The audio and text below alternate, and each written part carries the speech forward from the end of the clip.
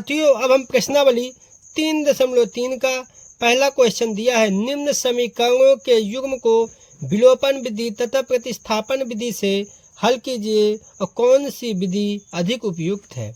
तो हम पहला क्वेश्चन यहाँ पे करेंगे, x + y = 5 और 2x - 3y = 4। तो इसको सॉल्व करते हैं। चलिए साथियों हम इसको सॉल्व करते हैं। तो सबसे पहले दिया हुआ है यहाँ पे x + y = 5 समीकरण फर्स्ट और 2x - 3y = 4। साथियों जब हम इसको हम विलोपन विधि द्वारा हल करेंगे। किस विधि द्वारा? विलोपन विधि द्वारा हल करेंगे। विलोपन विधि द्वारा हल करने पर साथियों जब सबसे पहले विलोपन विधि द्वारा हल करना है तो देखिए यहाँ पे समीकरण 1 है और समीकरण 2 है।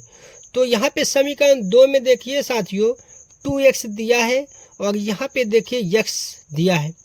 तो विलोपन विधि में जब भी हम सॉल्व करते हैं तो सबसे पहले हम या तो x पक्ष को देखते हैं या तो y पक्ष को देखते हैं।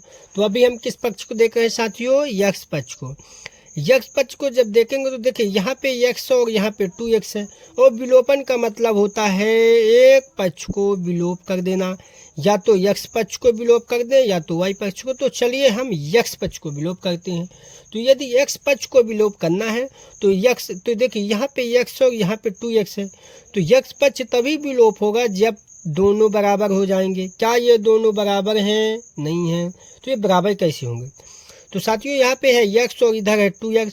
तो हम यदि x में 2 का गुणा कर दें तो 2x हो जाएगा और यदि 2x हो जाएगा तो दोनों बराबर हो जाएंगे। और दोनों बराबर हो जाएंगे तो हम क्या कर सकते हैं? घटा देंगे तो दोनों कट जाएंगे।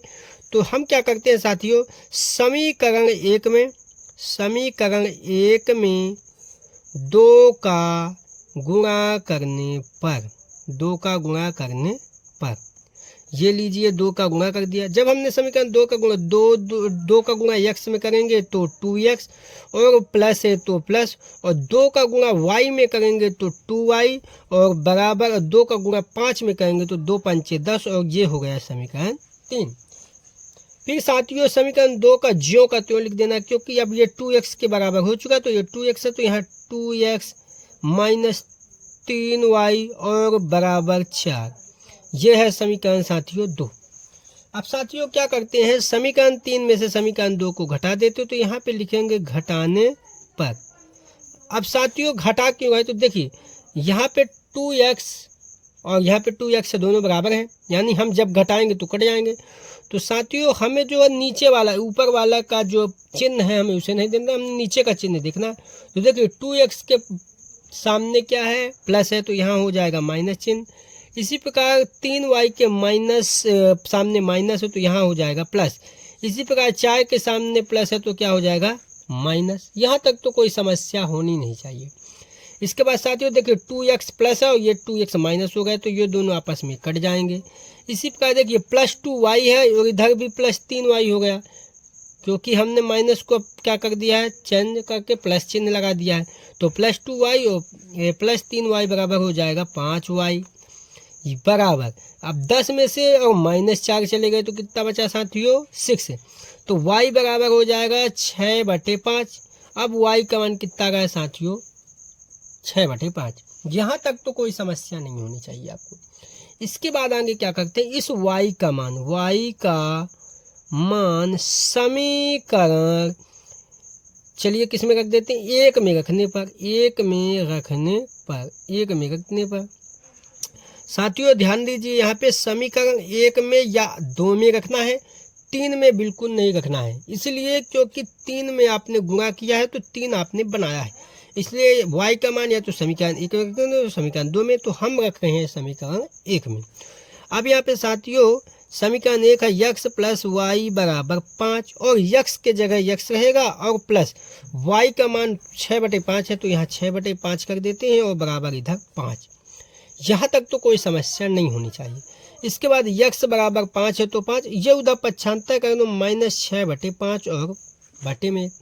इसके बाद 5 और 1 का एलसीएम लेंगे तो 5 और इधर हो जाएगा 5 25 और -6 कम 6 और x बराबर। यहाँ तक तो कोई समस्या नहीं होनी चाहिए। इसके बाद यक्स बराबर 25 में से 6 जाएंगे तो 19 और बटे में 5। इस प्रकार यक्स का मान भी आ चुका है। अब हम लिखेंगे अतः यक्स व वाई का अभीष्ट मान। तो साथियों यहाँ पे यक्स बराबर 19/5 है तो 19/5 और वाई बराबर है 6/5 तो 6/5 यहाँ तक लिख देते हैं और इस प्रकार लिखेंगे आंसर। साथियों यहाँ तक तो कोई समस्या नहीं होनी चाहिए, ये आपसे अब बिल्कुल बन जाना चाहिए। चलिए अब हम दूसरा क्वेश्चन देखते हैं। अब हम प्रश्नावली 3.3 का पहले का दूसरा क्वेश्चन 3x + 4y = 10 और 2x - 2y = 2 इसको सॉल्व करते हैं। साथियों यहाँ पे दिया हुआ 3x + 4y और बराबर 10 और यहाँ पे दिया है 2x - 2y = 2। साथियों यदि हम यहाँ पे देखें तो यक्स पक्ष और यहाँ पे देखें तो दोनों एक दूसरे के बराबर नहीं है। यहाँ तक तो आपको बात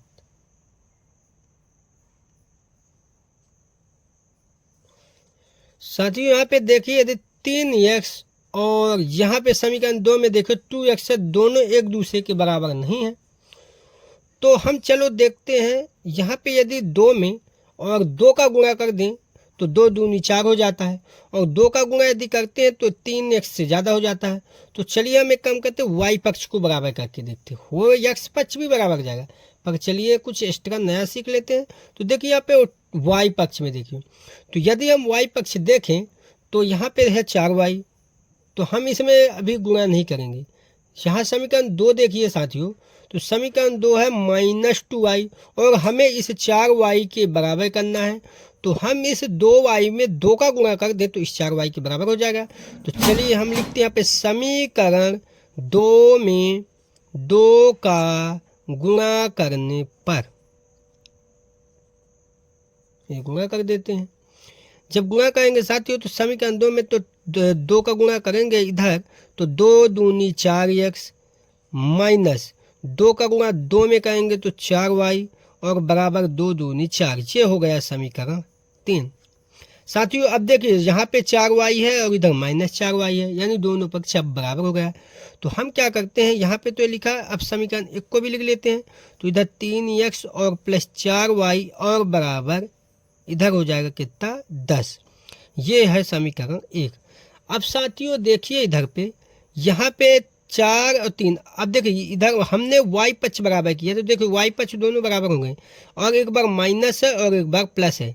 जब एक बार माइनस हो एक बार प्लस हो तो आपको क्या करना है, जोड़ना है। क्या करना है, जोड़ना है। तो जोड़ने पर, तो इधर लिख देते हैं जोड़ने पर।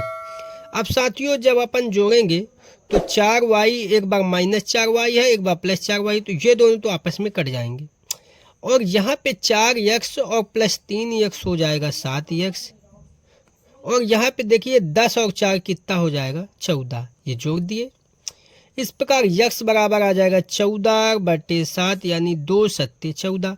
तो x बराबर आपका मान कितना आ गया साथियों 2। यहाँ तक तो कोई समस्या नहीं होनी चाहिए। इसके बाद साथियों अब हम क्या करते हैं, x का मान समीकरण 1 या 2 किसी में रख दो। चलिए 1 में रख देते हैं। 1 में रखने पर ये रख देते हैं। समीकरण 1 में रखेंगे तो x बराबर कितना 2, तो पहले समीकरण 1 लिख लेते हैं। तो 3x + 4y = 10 और x का मान कितना 2 है तो यहाँ x का मान 2 रख देते हैं। तो 3 × 2 + 4y = 10। इस प्रकार 6 + 4y = 10, तो 4y = 10 और ये इधर जाएगा तो -6। तो 4y = 10 में से 6 गए 4, तो इधर आ जाएगा y = 4/4 यानी कितना गया मान, तो y = 1 आ गया। अब हम लिखेंगे साथियों अतः x व y का मान, x व y का अभीष्ट मान x = 2 और y = 1। ये आपका आंसर आ चुका है। यहाँ तक आपको कोई समस्या नहीं होनी चाहिए, अब बन जाना चाहिए।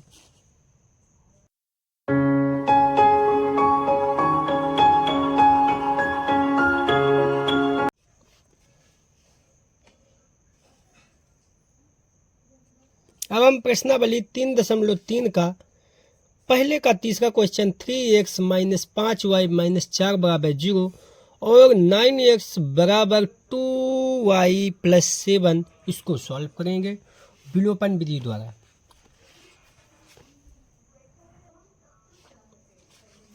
सबसे पहले हम इसको व्यवस्थित कर लेते हैं, तो लिखेंगे व्यवस्थित करने पर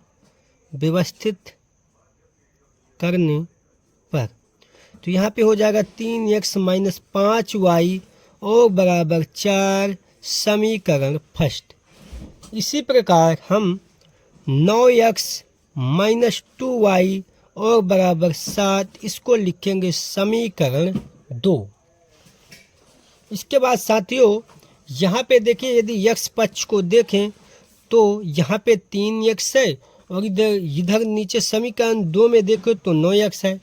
तो हमें सबसे पहले तो इस x पक्ष को बराबर करने होंगे। तो विलोपन विधि में तो यही करना होता है। पहले क्या करते हैं, दोनों मतलब समीकरण 1 और समीकरण 2 में किसी एक पक्ष को बराबर करना होता है। या तो x पक्ष को बराबर कीजिए या तो y पक्ष को बराबर करते हैं। तो चलिए हम करते हैं x पक्ष को बराबर। तो यहाँ पे 3x है और इधर पे 9x है। तो हम इस 9x में तो गुणा करेंगे नहीं, क्योंकि 9x ऑलरेडी 3x से बड़ा है।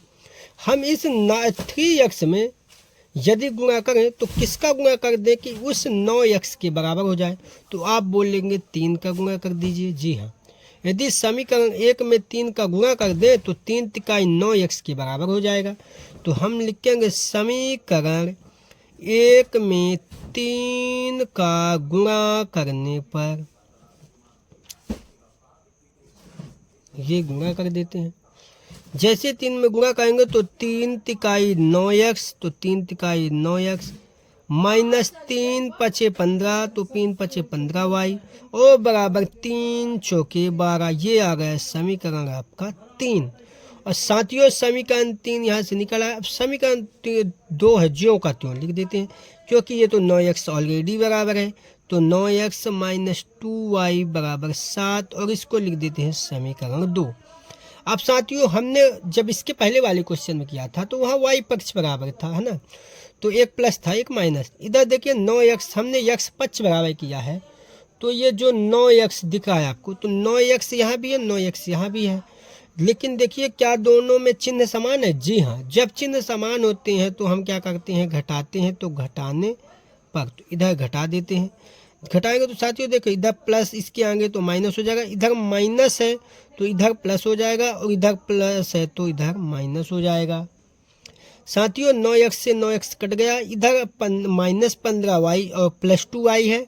तो माइनस बड़ी संख्या माइनस तो माइनस, और 15 में से 2 गए तो 13y और बराबर 12 में से 7 गए, कितना बचेगा साथियों 5। यहाँ तक तो कोई समस्या नहीं होनी चाहिए आपको। इसके बाद साथियों यहाँ पे हो जाएगा y बराबर 5/13। साथियों माइनस इधर है तो इधर लिख देते हैं। तो इस प्रकार y का मान आ जाएगा -5/13।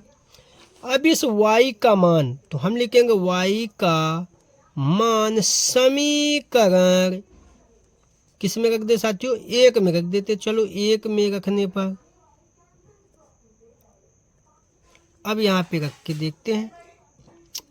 तो यहाँ पे समीकरण 1 क्या है साथियों, तो 3x - 5y बराबर 4। इसके बाद हम साथियों 3x है तो 3x और -5 गुणते y के जगह देते हैं -5/13 और बराबर 4। इसके बाद 3x है तो 3x और माइनस क्या हो जाएगा, इधर गुणे होता तो प्लस, और 25/13 और बराबर 4। यहाँ तक तो कोई समस्या नहीं होनी चाहिए आपको।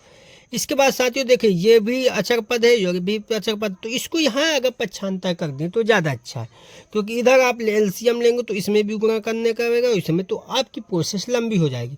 यदि आप इसको पक्षांतर कर दो तो बहुत अच्छा रहेगा।